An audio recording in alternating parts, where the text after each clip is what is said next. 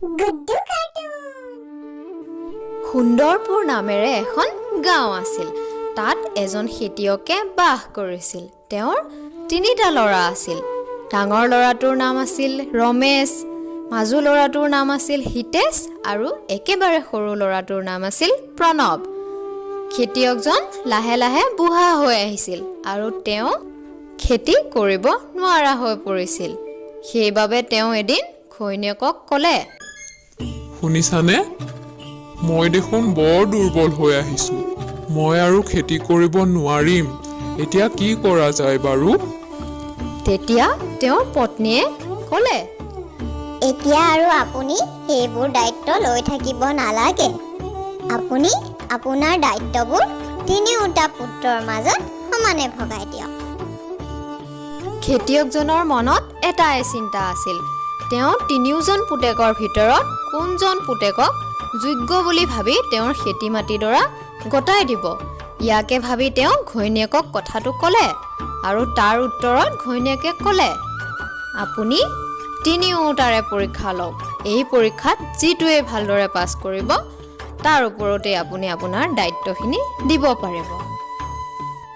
পিছদিনাখন ৰাতিপুৱা খেতিয়কজনে 3জন ল'ৰাকে তেওঁৰ ওচৰলৈ মাতি আনিলে আৰু ক'লে, ল'ৰাহঁত, এতিয়া তহঁতে ডাঙৰ হৈছ আৰু মই লাহে লাহে বুঢ়া হৈ আহিছো। গতিকে মই কিছুমান দায়িত্ব তহঁতৰ ওপৰত দিবলৈ বিচাৰিছো। পিছে তহঁতৰ মাজৰ যিজন যোগ্য সেইজনকহে মই এই দায়িত্ববোৰ দিবলৈ বিচাৰিছো। আৰু সেইবাবে মই তহঁতৰ 3ওৰে মাজত পৰীক্ষা ল'ম। এই কথা শুনাৰ লগে লগে 3জন পুত্ৰই এজন যে আনজনতকৈ বেছি ভাল সেই কথা পতিয়ন নিয়াবৰ বাবে খেতিয়কজনৰ আগত বহুতো কথা ক'লে। কিন্তু তাৰ উত্তৰত খেতিয়কজনে ক'লে, এই কথাটোৰ উত্তৰ মই তহঁতক নিজেই দিম। পিছদিনাখন ৰাতিপুৱা বুঢ়াই 3জন ল'ৰাকে মাতি পঠিয়ালে আৰু ক'লে, ল'ৰাহঁত, এই 3জনী হৈছে যাদুকৰী গাই। তহঁত 3ওকে মই 10 দিনৰ সময় দিছো। এই 10 দিনৰ ভিতৰত তহঁতে খেতি বাতিও কৰিব লাগিব আৰু এই নিজৰ গৰু কেইজনীকো ভালদৰে দানা পানী খুৱাব লাগিব। যিটোৱে বেছি ভালদৰে এই কামবোৰ কৰিব পাৰিবি তাৰে এই গৰুজনী সোণালী ৰঙৰ হৈ পৰিব আৰু খেতি মাটিখিনিও মই তাৰ নামতেই কৰি দিম। এই কথা শুনি 3ও পুতেক বৰ আনন্দিত হ'ল। সিহঁতে নিজৰ ভাগৰ একোজনীকৈ গাই লৈ নিজৰ কামত লাগি গ'ল।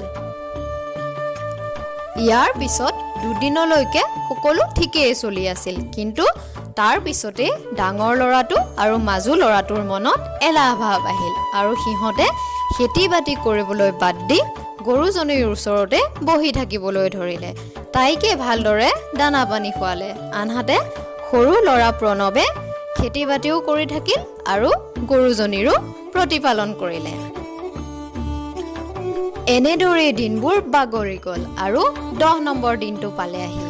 ডাঙৰ ল'ৰাটো আৰু মাজু ল'ৰাটোৱে মনতে ভাবিলে, আমিতো খেতি বাতিত নালাগিলোৱে। এতিয়া চাগে আমাৰ গাই গৰুজনী সোণালী হৈয়ে নপৰিব। গতিকে আমি ইয়াক সোণালী ৰং কৰি লোৱাই ভাল হ'ব। এনেদৰে ভাবি দুয়ো নিজৰ গাই গৰু দুজনী সোণালী ৰঙৰ কৰি ল'লে আৰু দেউতাকৰ ওচৰলৈ গ'ল। আনহাতে সৰুটো ল'ৰা প্ৰণৱে নিজৰ গাই গৰুজনী যেনেকুৱা আছিল তেনেকৈয়ে দেউতাকৰ ওচৰলৈ লৈ গ'ল।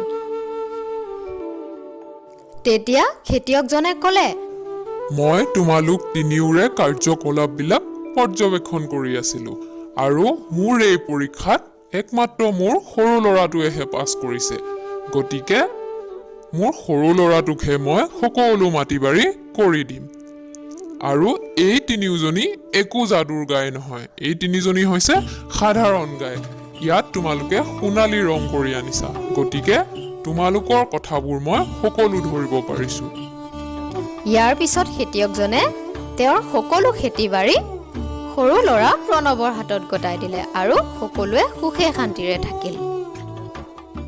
মৰমৰ অকণিহঁত, আমি এই সাধুটোৰ পৰা ইয়াকে শিকিলো যে যিয়ে নিজৰ ফলৰ আশা নকৰাকৈ নিজৰ কৰ্তব্য আৰু দায়িত্ববোৰ নিষ্ঠাৰে পালন কৰে তেওঁলোকে সদায় সফলতাৰ সন্মুখীন হয়।